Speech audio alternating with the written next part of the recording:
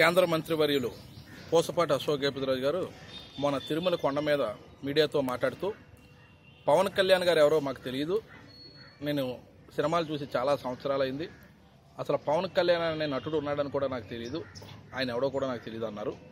అయ్యా అశోక్ గజపతిరాజు గారు, మీరు ఈ రాష్ట్రం నుంచి కేంద్ర మంత్రివర్గంలో కేబినెట్ మంత్రిగా 5 కోట్ల మంది ఆంధ్రప్రదేశ్ ప్రజల రిప్రజెంటేటివ్గా మీరు ఢిల్లీలో ఉన్నారండి. గురుగారు, మీకు పవన్ కళ్యాణ్ తెలియదంట.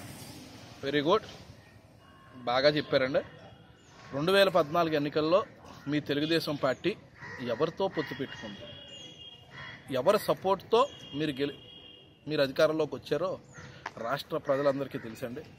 అదే పవన్ కళ్యాణ్ గారిని ఇంటికెళ్ళి మీ అధ్యక్షుడు నారా చంద్రబాబు నాయుడు గారు 2 గంటల సేపు ఆయన కోసం వెయిట్ చేసి, ఆయన వచ్చే ఎలక్షన్లో జనసేన తరపున మీరు క్యాండిడేట్లను పెట్టట్లేదు కాబట్టి నేను ఎంతో నీతివంతమైన పరిపాలన అందిస్తాను, ఈ విడిపోయిన ఆంధ్రప్రదేశ్కి నా అనుభవం, నా తెలివితేటలు ఎంతో అవసరం కాబట్టి మీరు నాకు సపోర్ట్ చేయండి, నీతివంతమైన పరిపాలన అందిస్తాను, ఆంధ్రప్రదేశ్ ప్రజల భవిష్యత్తును తీర్చిదిద్దుతాను, అలాగే కేంద్రం నుంచి రావాల్సిన ప్రత్యేక హోదాని నేను తెప్పిస్తాను, నేను ఫైట్ చేసి బీజేపీ ప్రభుత్వంలో ఉండి ఎన్డీఏ గవర్నమెంట్లో ఉండి నేను ప్రత్యేక హోదాను కూడా సాధిస్తాను అని పవన్ కళ్యాణ్ గారితో చెప్పి ఆయన నమ్మించి ఆయన సహాయ సహకారాలు పూర్తిగా, ముఖ్యంగా కోస్తా జిల్లాల్లో ఆయన సహాయ సహకారాలతో మీరు అధికారంలోకి వచ్చారన్న సంగతి ఈ రాష్ట్రంలో చిన్నపిల్లవాడు కాడి నుంచి పండు ముసలివాళ్ళ వరకు అందరికీ తెలుసండి.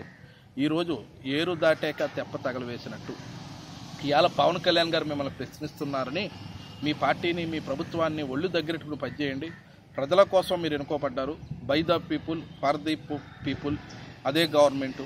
మీరు ప్రజల కోసం పనిచేయట్లేదు, మీరు పక్కదారు పడుతున్నారు. ఒక రాజధాని విషయంలో అవ్వచ్చు, ఒక రైతు రుణమాఫీలు అవ్వచ్చు, డ్వాక్రా సంఘాల రుణమాఫీలు అవ్వచ్చు, అన్ని విషయాల్లో కూడా మీరు చాలా వెనకడుగ్గా ఉన్నారు. మీ పరిపాలన మీద ప్రజలు విసుగెత్తిపోయి ఉన్నారు కాబట్టి ఆ పాపంలో నాది ఒక భాగం ఉంది.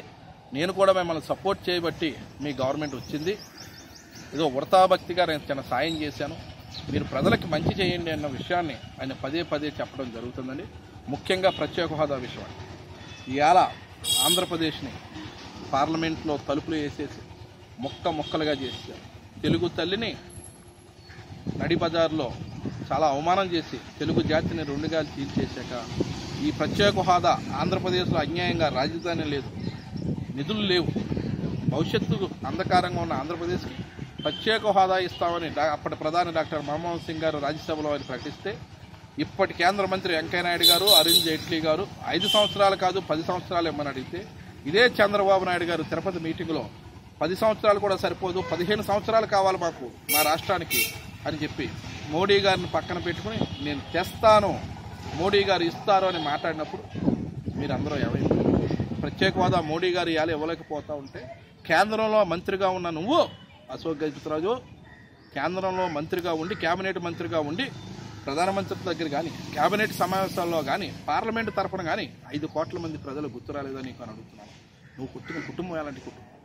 నీ ఇలా రాజకీయాల్లో అవినీతి రహిత రాజకీయ నాయుడుగా నీ పేరు ఉంది, కాదనట్లేదు. కానీ 5 కోట్ల మంది ప్రజల యొక్క బాగోగులు కానీ, వాళ్ళ ఆకాంక్షలు కానీ నువ్వు ఢిల్లీలో 5 కోట్ల మందికి రిప్రజెంటేటివ్గా ఉండి ఒక్కసారి కూడా ఈ 3 సంవత్సరాల్లో ఆ ప్రజల యొక్క ఆకాంక్షలను నువ్వు కేంద్ర ప్రభుత్వం వైపు చెప్పలేకుండా పౌర విమానయాన శాఖకి మంత్రి ఉంది. పౌర విమానాల్లో తిరిగి పర్సెంటేజ్ చాలా తక్కువ ఉంటుంది. 98% ప్రజలు ఆంధ్రప్రదేశ్లో వ్యవసాయాన్ని ఉపాధిని నమ్ముకుని ఉన్నారండి. వాళ్ళకి ప్రత్యేక హోదా వస్తాయి, పరిశ్రమలు వస్తాయి, పరిశ్రమల్లో రాయితీలు వస్తాయి, ఉద్యోగాలు వస్తాయి, అన్ని రకాలుగా ప్రత్యేక హోదా వల్ల ఎన్నో లాభాలు వస్తాయి. ఉంటే ఓ దొంగ ప్యాకేజీలు, లేని ప్యాకేజీలు, నేషనల్ హైవేకి 45,000 కోట్ల, నేషనల్ హైవేకి రాష్ట్రానికి ఇచ్చే ప్యాకేజ్ అంటే నేషనల్ హైవే అంటే నేషనల్ హైవే 5 అంటే మద్రాసు నుంచి కలకత్తా వరకు ఉంటుందండి. అన్ని రాష్ట్రాల్లో వేసి ఆంధ్రప్రదేశ్లో నెల్లూరు నుంచి ఇచ్చాపురం వరకు హైవే ఇటు మానేస్తారండి. దానికోసం వాళ్ళు 45,000 కోట్లు నేషనల్ హైవేకి ఇస్తూ ఉంటే 6 లైన్ హైవే 8 లైన్ వచ్చేయడానికి దాన్ని కూడా మేము సాధించాము, మేమే దీన్ని తీసుకొచ్చామని లేనిపోని గొప్పలు చెప్పుకుంటూ ప్రజల్ని మసిపూసి మారేడికాయ చేస్తున్న ఆ ప్రభుత్వంలో ఇంకా సిగ్గు లేకుండా మీరు కొనసాగుతున్నారంటే ఆంధ్రప్రదేశ్ ప్రజల మనోభావాలను అర్థం చేసుకోకుండా ఆంధ్రప్రదేశ్ ప్రజలకు వెన్నుపోటు పొడుస్తున్న వెన్నుపోట్లు చంద్రబాబు నాయుడు కొత్త కాదండి. ఆయన రాజకీయ జీవితం అంతా వెన్నుపోట్లతోనే సాగింది. కానీ ఒక పివిజి రాజు కొడుకువయ్యి, విజయనగర సంస్థాన రాజుల కొడుకువయ్యి నువ్వు ఇలాంటి మాటలు మాట్లాడుతూ ఆంధ్రప్రదేశ్ ప్రజలను వంచిస్తున్నావంటే మేమందరం తలదించుకోవాల్సింది. అశోక్ గజపతిరాజు ఇలా మాట్లాడుతున్నాడని చూసి మేమందరం మనోవేదంతో బాధపడుతున్నామండి. అశోక్ గజపతిరాజు గారు కారే రాజులు రాజ్యవంతు ఎందరు గర్వంతు చెందరే మాందాజ్ చక్రవర్తి ఏం పట్టుకెళ్ళాడండి, త్రేతాయుగంలో శ్రీరాముడు ఏం పట్టుకెళ్ళాడు, ఎన్టీ రామారావు ఏం పట్టుకెళ్ళాడు, వైఎస్ రాజశేఖర రెడ్డి ఏం పట్టుకెళ్ళాడు. ప్రజలకి మంచి చేయాలి, ప్రజలకి మేలు చేయాలి, ప్రజల తరపున పోరాడండి. దయచేసి మీ విలువలను దిగదార్చుకోకండి. ఆ రోజున వైస్రాయ్ దొరాగతలో ఎన్టీఆర్ని వెన్నుపోటు పొడుస్తున్నప్పుడు నువ్వు కీలక సభ్యుడు. ఆ రోజున ఎన్టీఆర్ ఎవడో తెలియదన్నావు, ఇవాళ పవన్ కళ్యాణ్ ఎవడో తెలియదన్నావు. రేపొద్దున ప్రజలు అశోక్ గజపతిరాజు ఎవడో మాకు తెలియదని రోజు రాబోతుంది. ఆ రోజు తెచ్చుకోకు. దయచేసి నీ ఒంటిని నువ్వు గిల్లుకుని ఆంధ్రప్రదేశ్ ప్రజల యొక్క మనోభావాలకు అనుగుణంగా ప్రత్యేక హోదా కోసం మగోడవైతే గలమెత్తు, లేదంటే రాజీనామా చేసి చీరా గాజులేసుకుని ఇంట్లో కూర్చో. అంతే తప్ప పవన్ కళ్యాణ్ విమర్శించే శక్తి, పవన్ కళ్యాణ్ విమర్శించే నైతిక అర్హత నీకు కానీ తెలుగుదేశం పార్టీకి కానీ ఎవ్వడికి లేదు. ఎందుకు లేదు? ఇవాళ దొంగలు కలిసి ఊళ్ళు పంచుకున్నట్టు ఈ రాష్ట్రంలో ప్రత్యేక హోదా లేదంటే 14వ ఆర్థిక సంఘం సిఫార్సు చేయలేదంటారా?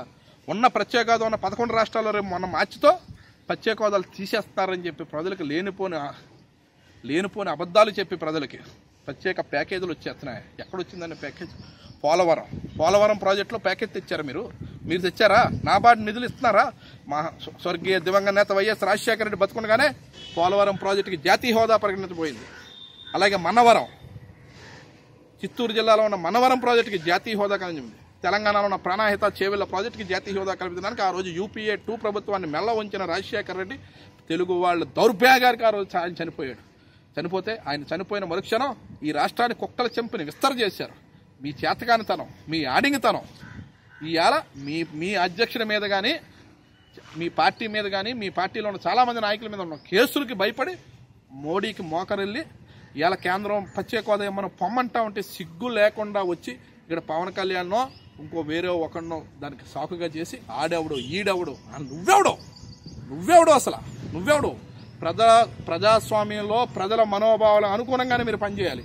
కాదని పక్షంలో రాజీనామాలు చేసి వెళ్ళిపోండి. మీరేం సామంతరాజులు కాదు, ఇది రాసరికాలు కాదు, ఇది ప్రజాస్వామ్యం. నువ్వు కాకపోతే ఇంకోటి వస్తాడు, ప్రజాకాంక్షని గౌరవించే నాయకుడు వస్తాడు ఈ రాష్ట్రానికి.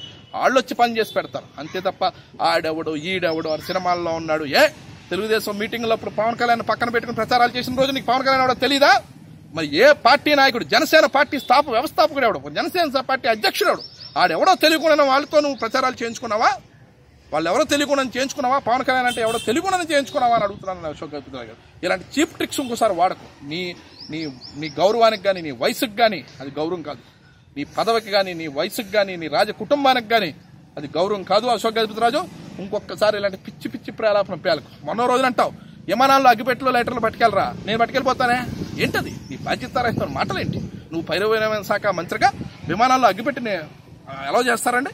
ఎవరికైనా ఎలా చేస్తారా విమానాలు అగ్గిపెట్టి? కేంద్ర మంత్రిగా, పౌర విమాన శాఖ కేంద్ర మంత్రి నేను పట్టుకెళ్తాను అగ్గిపెట్టిన స్టేట్మెంట్లు ఇస్తావా? నీ బాధ్యత రహితం. నీకేమైనా వయసు మీద పడిపోయి బుద్ధి మందగిస్తే చూపించుకో. హైదరాబాద్లో కానీ ఢిల్లీలో కానీ మంచి హాస్పిటల్ ఉన్నాయి, చూపించుకో. ఇలాంటి పిచ్చి ప్రలాపలం పేలకు. నీ వల్ల కాకపోతే రాజీనామా చేయి. 5 కోట్ల మంది ప్రజల ఆకాంక్ష ప్రత్యేక హోదా, అది నీ వల్ల కాకపోతే రాజీనామా చేసేయి. ఈ రోజున చేసేయి. ఆ ప్రత్యేక హోదా సాధనే లక్ష్యంగా పనిచేసి నాయకుడు ఎవడొకడు వస్తాడు. ప్రజలు ఆయన ఎన్నుకుంటారు, వాళ్ళు వెళ్ళి కేంద్రంలో అధికారంలో కూర్చుంటారు. కేంద్ర ప్రభుత్వం మెడలో వంచి ప్రత్యేక హోదా సాధించుకుంటాం.